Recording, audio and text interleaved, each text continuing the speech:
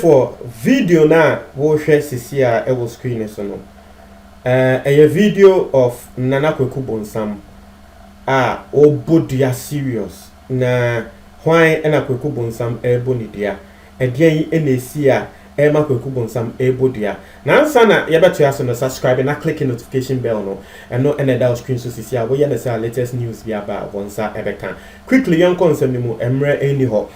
Nana Kwaku Bonsam aba bonten abebo Eagle Prophet dia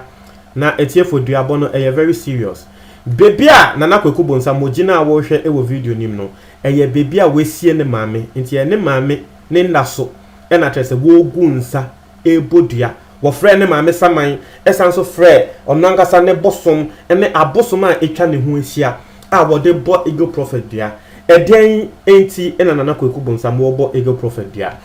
now I think last week an interview came out. Eagle Prophet, he was interviewed by One Ghana TV.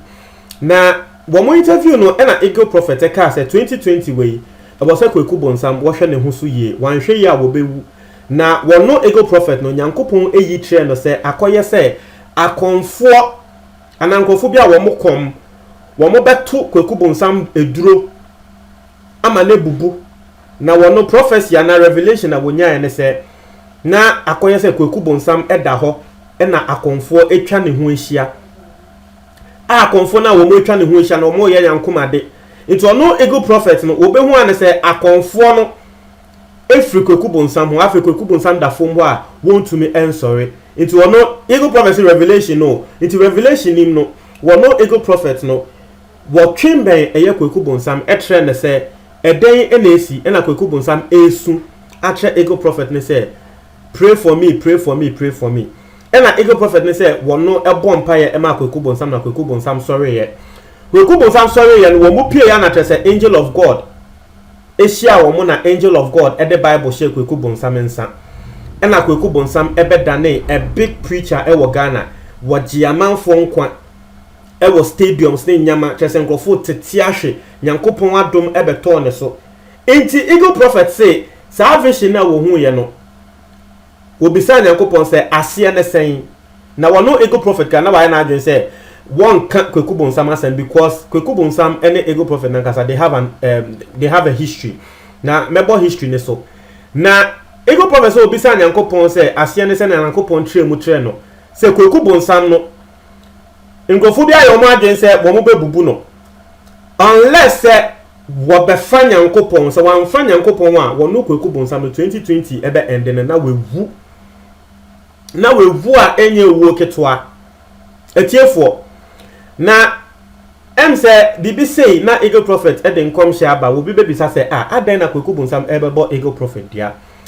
Kwaku Bonsam ene Eagle Prophet omo wo history because Kwaku Bonsam de ono de wa ba bonten ebeka say Eagle Prophet eye fake prophet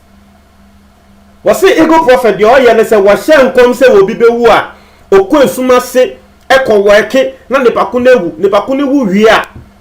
na Eagle Prophet na de ba bontia be ka se Nyankopon na ka tre me wo se abem na te se Ghana fo believe ene ne nsema de bia se Eagle Prophet e de nkom hye bi ba e ya na Kwaku Bonsam so e be ye live video no nso akasa nsem no afa Eagle Prophet ho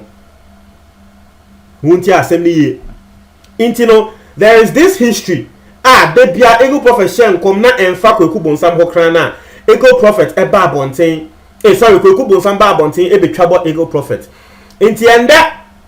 Kwaku Bonsam Eagle Prophet a shen kom afa wono ho no ohun ne se da bi de bia me kan wa asem no enti na wa hyeda e de prophecy we e ba afa me ho munti asem ni ye enye ize enti no eno ne nsema eda ho now yanko to eduabo na Kwaku Bonsam wo boy no etiefo insio ebo a na waka say ebo menka say prapra wo ho eduabo ni one osi Eagle Prophet na ebusuafo ne mma ne yere tese wo bia wo ban ne bia wo de neje wo de Eagle Prophet nankasa age tese wo to owuo ene yawe ato Eagle Prophet ne busuafo mu na Eagle Prophet no sebe ne ma ene ne busuafo hye ase se wo mu wu a no no awehu se wabeka Kwaku Bonsam na Kwaku Bonsam ne onye obi a ewo se woka no obi beka se na ubodua ade na ewo se wokọ bebi a wada wo maame o maame egu a wesie no ade na ewo se wokọ ne nda so ekobodua wo se embra na ne maame ti ase no ne maame tu nifu bi se me bai hweye na wo ne wosofo bia enya kasakasa enti eno ne efutu ane maame de ma no enti ohu ne se ende osofo yi ahye nkomo ya fa ne ho no onu Kwaku Bonsam ne trimu de osofo na nkasa ne pe na wo pese wonu Kwaku Bonsam no den ewu enti so osofo yi ahye nkomo ya fa ne ho de a se me maame ti ase no tu ne fo se mo ne osofo bi enya kasakasa enti the best thing is say wo de be ko ne maame ho akoka se ma asema wo kan na ende hwe se de osofo kan mijan no ema wo saman one ne ndili etiefo eduabo Kwaku Bonsam aboy ene eduabo ketwa ena me say Kwaku Bonsam chale ena Kwaku Bonsam say yes afi sofo no behu say waba be try me na me nyi obi aye try me na wo wie ya no ena wo bo ni history say wo no Kwaku Bonsam no ekom na wokom no enye ono ane pe o eye natural ena ba no so because ono Kwaku Bonsam no ye SD ni na akom efa no na ansa na akom befa no inyama bi toto wo na akwam ohyeye wenwu ne ni fry for one whole year wenwu ni nia osensem nia etoto no like 1986 so ena nyama we nia eto no owu ye yekosie no na yekoakosie no ena trese efunu adaka ne etofom a onu Kwaku Bonsam na wasori ye no ena wo beda na konfo in 1999 wo hu se wo bie pra se wo koto accident bi so se den ena wo de nipa kono ekọ hospital se na wonu fi se wafa nipa kro no akọ hospital no se na sa nipa kro no eye bosom onu ne bosom a ende onu Kwaku Bonsam osom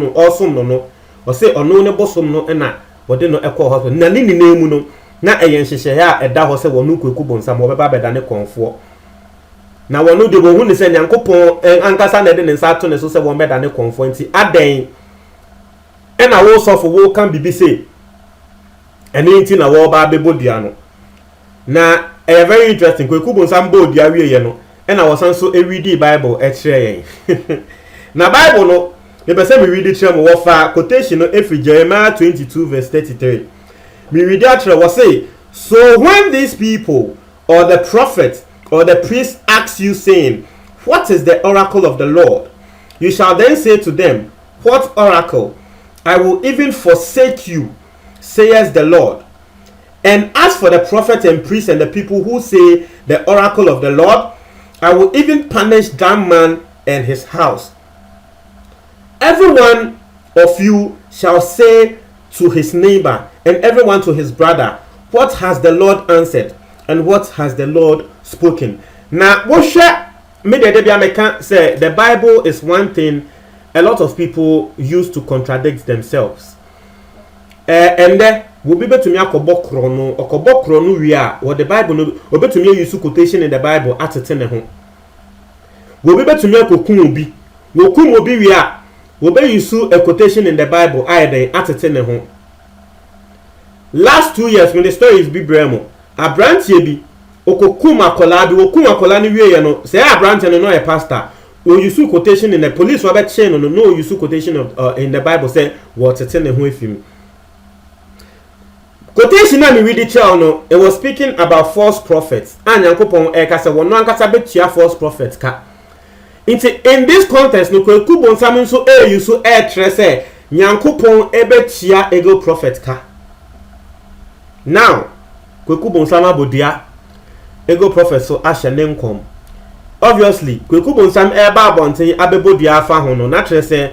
efutu a ego prophet kase Kwaku Bonsam mo jai akom no ebefa Nyankopon a ongu no tese Kwaku Bonsam indirectly opeso ka say ego prophet is sebe prayer fa wasem ko wechi munti asem ni ye enti I'm not saying say anything bad. I don't want anything bad to happen to anyone. But these two forces, aye wamonyama. I think we live to see. Na Kweku Bonsam so bodua no bodua say emba ego prophet ni omo ada e wona sorry dem ni ano. Yen expose the ego prophet. Na che say Kweku Bonsam so say ego prophet na emba eda wona sorry dem. Etie for mon try mo adwo comment box ni nsem we die mon try mo adwen me da say